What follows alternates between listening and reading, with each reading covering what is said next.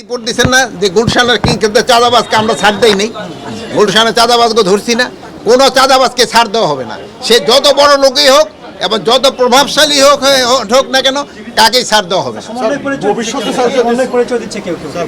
যদি কোনো আমি তো বললে কাউকে ছাড় দেওয়া হবে না, যে যত পরিচয় দেওয়া হোক না কেন কাকেই ছাড় দেওয়া হবে। শোনেন, আমাদের চিফ অ্যাডভাইজারের ওখানে আমাদের কি আলোচনা হয়েছে ওইটার ব্যাপারে আপনাদের তো অলরেডি মনে হয় আমাদের যে ইসে আছে প্রেস সেক্রেটারি, উনি তো আপনাদের ব্রিফ করছেন, ওইটা তো আপনারা সবাই জানেনই।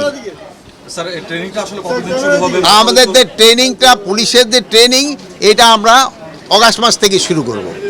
কতদিনের টাইম ফ্রেম আসলে ধরা হচ্ছে? কিসের এই ট্রেনিংটা কতদিন ধরে চলবে? ট্রেনিংটা তো ধরো এক ব্যাচ যাবে, আরেক ব্যাচ আসবে, এক ব্যাচ যাবে, আরেক ব্যাচ আসছে ইলেকশনের আগ পর্যন্ত।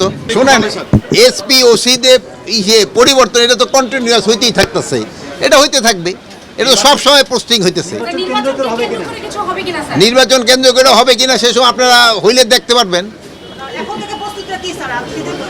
এখন থেকে প্রস্তুতি হলো, আজকে হলো আমরা প্রস্তুতি নিতেছিলাম, যেটা জিজ্ঞেস করেন না, এটা মাদকের ব্যাপারে, যে মাদকটা কিন্তু আমাদের সমাজে যেইভাবে রন্ধে রন্ধে ঢুকে গেছে, এইটাকে কিভাবে বন্ধ করা যায়। এই জন্য আমরা কক্সবাজারও আপনারা জানেন, আমরা বিরাট একটা হাই কমিটি গিয়েছিলাম এবং তাদের যে অ্যাচিভমেন্টটা কি এইটা দেখার জন্য। এখানে দেখা গেছে যে ওখানে যাওয়ার পরে আমাদের কিছুটা সুফল আমরা পেয়েছি, মাদকের ধরার পরিমাণটা অনেক বাড়ছে, কিন্তু মাদকের কেরিয়ারগুলি ধরা পড়তেছে, কিন্তু গডফাদারগুলি এখনও ধরা পড়তেছে না। গডফাদারগুলি ধরা না পড়ার আমাদের কতগুলি সংস্থা আছে, তাদেরও কিছুটা দায় রয়ে গেছে। আমরা সবার থেকে সব